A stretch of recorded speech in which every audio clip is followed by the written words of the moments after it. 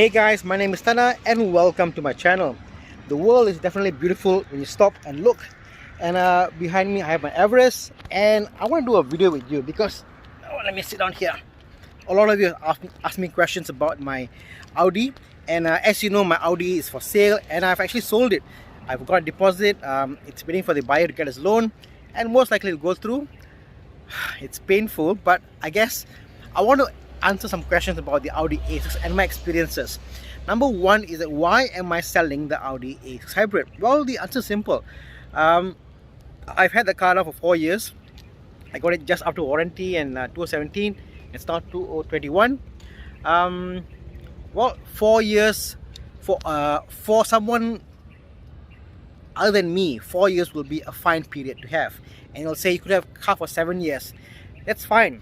Unfortunately, right now, or unfortunately or fortunately, whichever way you look at it, my path in life I took for a turn, and right now I do automotive content. You know that, I do YouTube videos, and a lot of times I tell you about cars to get, what cars to avoid, how to buy them, and I make all this content. Now, if I were to keep this car, the Audi A6 Hybrid, any longer, one, the channel will be much more fun because I would have the same car. Number two is that I've got to put myself in your shoes, buying different cars, different experiences. So I want to walk the talk, basically. So I want to get a car, walk the talk, and experience the buying experience. So good for you. And yeah, besides me and Fami, the channel called Audi A, we are probably the two most well-known A6 Hybrid content creators. And yeah, it's hard, but something I have to do. And as you know, I got a lot of cars, and that's fine. So it's purely because of I want to upgrade, I want to change, I want to get a different car, and the car is totally fine, guys. The car is perfectly fine, never been an issue. So that's that. And I want to go to the 5 top tips or 5 top questions I've got asked about the A6, and let's get rocking. So number one is to do with the AC/DC inverter. So they asked me, Tana, is the AC/DC inverter expensive to replace? Yes, it is expensive to replace. I think it's about 3,000 ringgit or so to replace. Buy a used one. No one buy a new one, you buy a used one. But this is what you got to understand. I keep telling about coolant and temperature in the Audi, especially in the A6 Hybrid. What happens is the AC/DC inverter is a device used to convert high power DC current to alternating current, so AC/DC. Yeah, correct. And when converting this power, a lot of heat is generated. So there is a coolant line which goes in the AC/DC inverter. So imagine a device that's electrical, it's extremely hot, and a cooling system is there run towards it. What happens when the cooling system fails? Electrical failure happens, your board fries up, and all that stuff happens. So if you keep your car in good condition, if you keep the coolant in check, you know what, it'll be fine. So coolant check, it'll be fine. But yes, if in the event you are an idiot and don't check your coolant, the car overheats, tough luck. Next,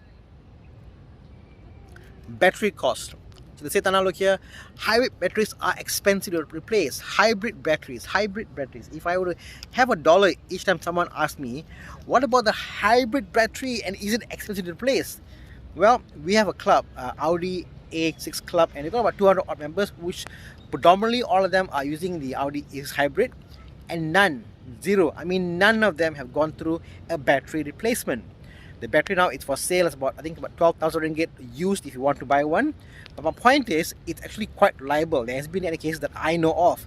However, there are some cases out there where they've misdiagnosed and they've actually went to change different parts. They changed the AC/DC, they changed the battery, they changed few parts to come to the source, and they just go through parts like as if it's Christmas.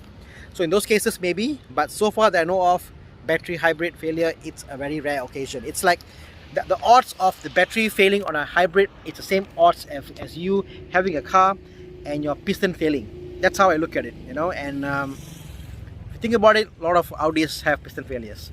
But you know what I mean, it's a rare thing. Next, why do people avoid a hybrid car? It's obvious, guys.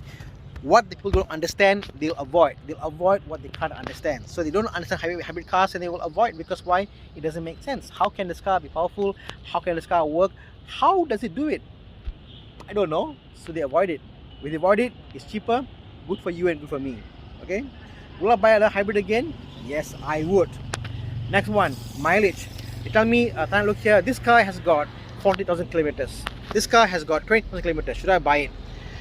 Or this car has been taken care, or well taken care by my client or someone. A mileage does not dictate how good the car is. In fact, a car with low mileage is scary because it hasn't gone through its routine maintenance. Gearbox service is at 7,000 kilometers. You think about what else is there. So a lot of stuff happens, wear and tear. And when you have a car that's 7 years old with low mileage, most likely they are willing to fail. So I rather buy a car has got 100,000 kilometer mileage for a 7-year-old car, gone through all the parts like what I have, opposed to buying a 40,000 kilometer car with nothing on it, because a lot of stuff are on mileage and service intervals, and when they fail and they come to you as a snowball. Busy road, yes. So again, that's my video on the top questions I get asked about the Audi A6. If you got other questions, please go on to my Facebook page, drop me a message, and I'll do a few more videos of this series before I actually get rid of the A6.